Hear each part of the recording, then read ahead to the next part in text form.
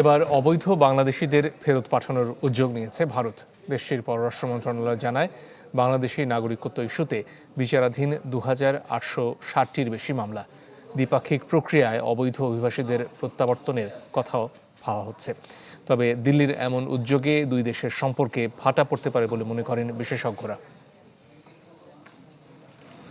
ঈদ আসবে, সাথে ক্যাশব্যাকও আসবে। নিজের বা প্রিয়জনের জন্য কেনাকাটায় এবারও নগদ পেমেন্টে পাচ্ছেন দারুণ ক্যাশব্যাক। তাই যাই কিনুন, পেমেন্ট করুন নগদে।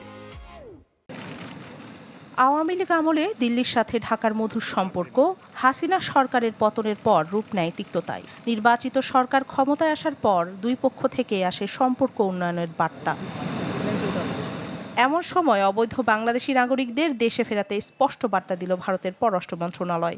বৃহস্পতিবার নিয়মিত ব্রিফিংয়ে দেশটির পররাষ্ট্র মন্ত্রণালয়ের মুখপাত্র রণধীর জয়সওয়াল জানান, বাংলাদেশিদের নাগরিকত্ব যাচাইয়ে 2860টির বেশি মামলা বিচারাধীন। দ্বিপাক্ষিক প্রক্রিয়ায় অবৈধ নাগরিকদের প্রত্যাবাসনে বাংলাদেশ সরকারের সহযোগিতাও চান তিনি। हमारा जैसे कि जानते हैं कि हमारा ये नीति है, ये पॉलिसी है कि जो भी विदेशी नागरिक हमारे यहाँ अवैध रूप से रह रहा है वो उनको अपने देश जाना पड़ेगा जब उनकी नेशनलिटी वेरिफिकेशन, उनका राष्ट्रीयता का सत्यापन हो जाता है। और हमारा ये अपेक्षा है बांग्लादेश से और उनके सरकार से कि जो नेशनलिटी वेरिफिकेशन यानी राष्ट्रीयता सत्यापन का जो हमने मांग उनको भेजा है उसको वो जल्द से जल्द पूरा करेंगे। কথা বলেন, দুই দেশের অমীমাংসিত ইস্যুতেও তিস্তা সহ 54টি নদীর বিষয়ে নিয়মিত বৈঠকে আলোচনা হবে, জানান Jaiswal. Between India and Bangladesh we have 54 rivers which the two countries share.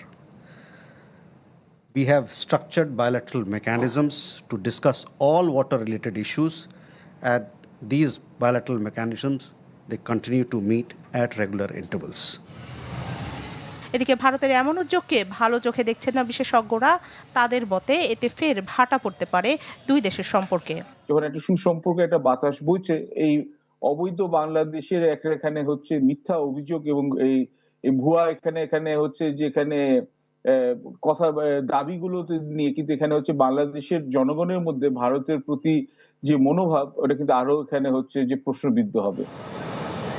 তবে 5 আগস্টের পর যারা ভারত পালিয়েছিলেন তাদের যাচাই বাছাই প্রক্রিয়া কিভাবে হবে, এক্ষেত্রে ভারত সরকারের তরফ থেকে কেমন সহযোগিতা মিলবে সে প্রশ্ন উঠছে। ওরা যখন ওখানে অবৈধ বাংলাদেশিদেরকে ফেরত দেওয়ার কথা বলছে, তো আমরা বলবো যে অবৈধ বাংলাদেশের প্রথম তালিকাতে নিশ্চয় হবে 5 আগস্টের পর শেখ হাসিনা সরকারের আমরা অনেকেই যারা এখানে আদালতে দণ্ডপ্রাপ্ত আসামি আছে তাদেরকে ফেরত আনি। রাখি জেসমিন, চ্যানেল 24।